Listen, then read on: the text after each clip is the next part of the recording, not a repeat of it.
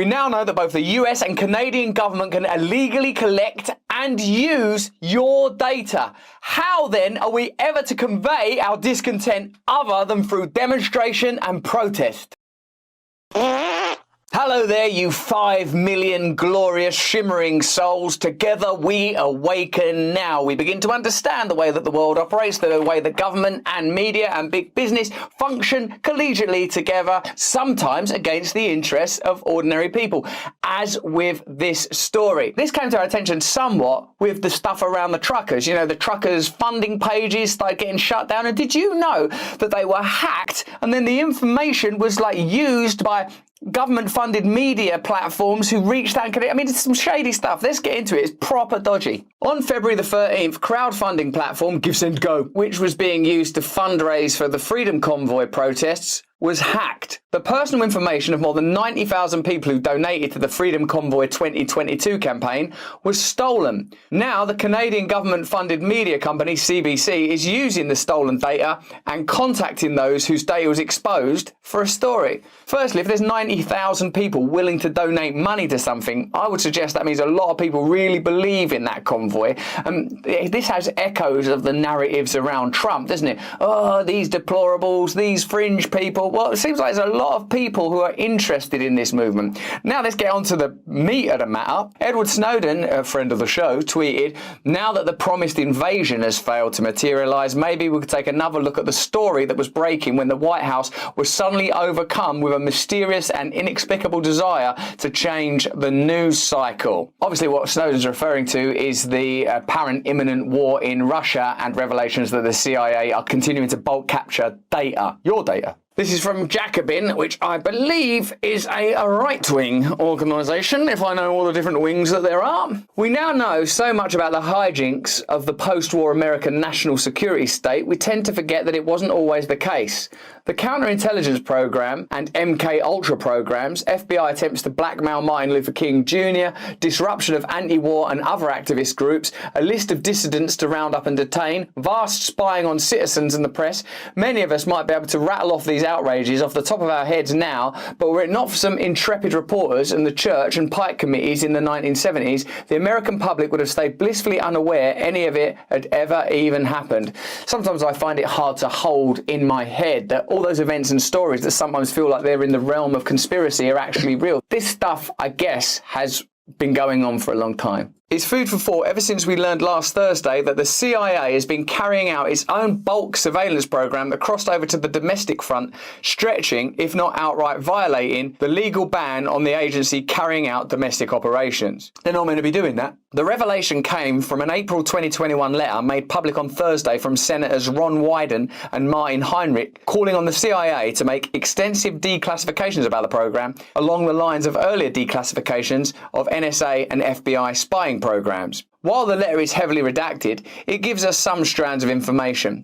The senators run through the history, entirely blacked out, of Congress's attempts to limit and in some cases prohibit the warrantless collection of Americans' records, and notes that the CIA's bulk data collection was going on throughout this period. This suggests the agency was collecting data on Americans at least as early as May 2014, when the House passed the USA Freedom Act to rein in NSA surveillance, and possibly even earlier when the bill was first introduced in 2013. So the Act said stop it, but what they actually did was carried on doing it. The letter also charges that the program was run entirely outside the statutory framework that Congress and the public believe govern this collection, and without any of the judicial, congressional, or even executive branch oversight that comes with FISA collection. In other words, the CIA program doesn't even have the patina of oversight that other mass surveillance programs do, where the court established by the Foreign Intelligence Surveillance Act, meant to act as a watchdog, effectively serves as a rubber stamp that routinely allows all manner of oversteps. Finally, the letter notes, this basic fact has been kept from the public and even from Congress, and the nature and full extent of the CIA's connection was withheld even from the Senate Select Committee on Intelligence. Translation: Not only was the CIA keeping this dubious program hidden from the public, it was misleading the very elected representatives that the public entrusts with keeping an eye on this kind of thing. I suppose one of the common conspiracies you hear discussed is the idea that a deep state set of actors run the nation in allegiance with various other international or global interests, and democratic access that ordinary people have, and even Congress folk and senators have, is shallow compared to the true depth of actual power. And a story like this is an indication that in spite of what's happening cutaneously on the surface of political life, at depth, real power is continuing to do whatever it requires. And these are just the visible symptoms, I would submit, of a much deeper mechanic which instantiates the agenda of real power. For its part, the CIA has insisted it kept Congress fully and currently informed about the program, which it casts as merely incidental collection of Americans' data in the course of spying on foreigners. We were just spying on some foreigners, who you hate, understandably, because they're foreign, and accidentally, while spying on those foreigners who could were terrorists, we accidentally spied on you a little bit. So don't do anything wrong, because while we're continuing to spy on foreigners, we might see everything that you've been doing. In simple terms, that means that while eavesdropping on or otherwise surveilling a target, the agency happened to collect the data of any American who was communicating with that target, whether via email, phone, or something else. But the language of Wyden and Heinrich is far less sanguine. The two senators warn that Americans' privacy concerns also apply to how the CIA collects and handles information in this program, and that there are serious problems associated with warrantless backdoor searches of Americans. Don't be childish. Sure enough, one of the documents released by the agency in response to the letter notes that CIA analysts are not required to memorialise the justification for their queries. Why did you do that? I didn't memorialise that. Can you also not memorialise the word remember? No, I didn't memorialise that either. The justification for their queries into Americans. Write down why they felt the need and what gave them the right to look into an American's data. Did you write anything down? I didn't memorialise to write anything down. So what? So essentially you could have just been doing what you felt like doing. I don't memorialise. Whose word should we take on this? Certainly not people who don't use perfectly good ones that are accessible. On the one side, we have the CIA, which, as former officer John Kiriakou has explained, puts deceit at the core of its operation, with agents trained to lie all of the time. On the other, we have Wyden, who is far from an alarmist and, if anything, errs on the side of institutionalism. For years, Wyden was tight-lipped about the shocking truth of the NSA's bulk surveillance, refusing to breach his oath of confidentiality as a member of the Senate Intelligence Committee, even as the government flouted the law. He refused even to publicly correct then Director of National Intelligence James Clapper when he flagrantly lied under oath about the surveillance. Yeah, no, we're not doing any surveillance. You got anything to say, Wyden? As that episode reminds us, this particular overreach is only the latest case of spy agencies, and the CIA in particular acting in a way that's above the law and contemptuous of oversight. In the past 2 decades alone, we've seen the agency torture some folks. Don't you call them folks when you're torturing them.